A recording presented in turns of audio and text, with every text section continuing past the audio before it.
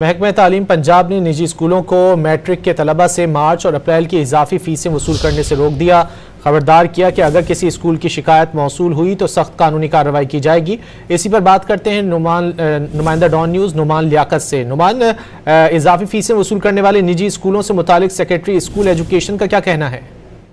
دیکھیں جی، یہ جو میٹرک کے امتحانات ہیں وہ 3 مارچ سے شروع ہو رہے ہیں۔ اس حوالے سے طلبہ و طالبات کی جانب سے اسکول ایجوکیشن ڈپارٹمنٹ کو یہ شکایات کی گئی ہیں کہ جو پرائیویٹ اسکول ہیں وہ مارچ اور اپریل کی فیسیں وصول کرنے کا مطالبہ کر رہے ہیں اور ان کی جو رول نمبر سلپس ہیں وہ جاری نہیں کی جا رہی، جس پر سیکرٹری اسکول ایجوکیشن نے ایکشن لیا ہے اور یہ خبردار کیا ہے پرائیویٹ اسکولوں کو کہ اگر مارچ اور اپریل کی فیسیں وصول کی گئی تو ان کے خلاف کارروائی عمل میں لائی جائے گی، کیونکہ 3 مارچ سے اگر امتحانات شروع ہو رہے ہیں تو سیکرٹری اسکول نے کہا کہ کس مد میں یہ فیسیں جو ہیں وہ پرائیویٹ اسکولوں کو دی جائیں۔ اس حوالے سے جو خالد نذیر وٹو ہیں ان کی جانب سے یہ کہا گیا ہے کہ کوئی بچہ اضافی فیسیں نہیں دے گا اور اگر کوئی اسکول زبردستی کرے گا تو پھر ان کے خلاف سخت قانونی ایکشن لیا جائے گا۔ جی بہت شکریہ نعمان لیاقت ان تفصیلات کے لیے۔